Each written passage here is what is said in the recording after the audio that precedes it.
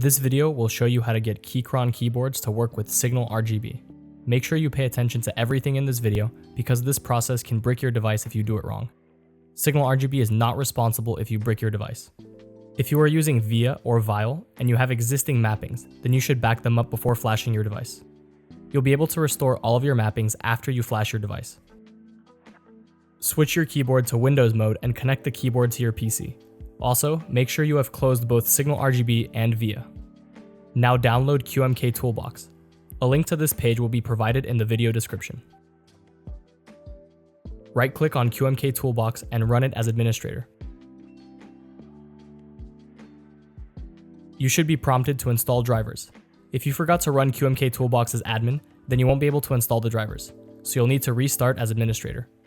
If you don't get prompted to install drivers, you can install them by going to Tools at the top of the window or press Ctrl+N on your keyboard.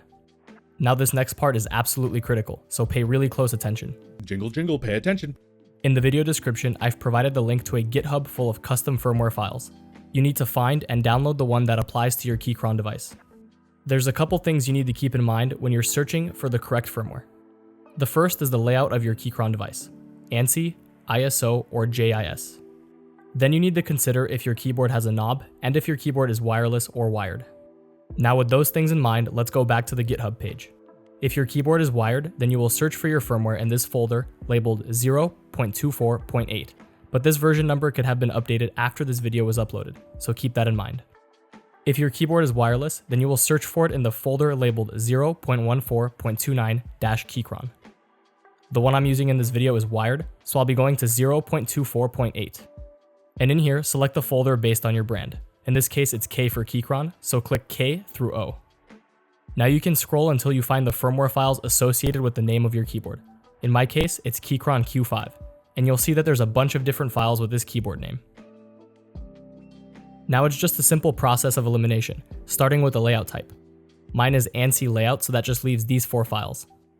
If your keyboard has a knob, then you want the file that says encoder at the end. Mine doesn't have a knob, so I'm left with these 2 files. Now you just download the file that says _Keychron. The file labeled _VIA is a file you should only download later if this doesn't work with the file labeled _Keychron.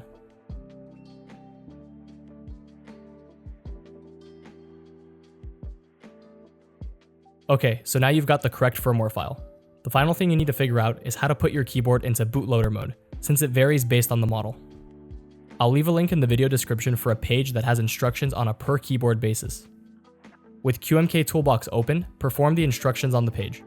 For my Keychron Q5, it says to unplug the keyboard and take off the spacebar to reveal the reset button underneath. Then hold the reset button and plug the keyboard in while continuing to hold the reset button until you see yellow text that says DFU device connected. Now click Open in QMK Toolbox and select the firmware you downloaded. Then click the flash button and wait for the process to finish. You'll know it's done when it says flash complete in yellow text. You should be able to open SignalRGB and see that your keyboard is now detected. As mentioned earlier, if it's not working, then you can repeat the flashing process with the file labeled _VIA, and that should fix the problem. At this point, you can go back and import your saved mappings into VIA if applicable. You should also be aware that VIA and SignalRGB cannot be running at the same time. If you want to configure your mappings in VIA, then first close SignalRGB and vice versa. If you need additional help, then join the SignalRGB plugin test Discord server, which I'll link in the video description. This is the end of the tutorial, and I hope it helps.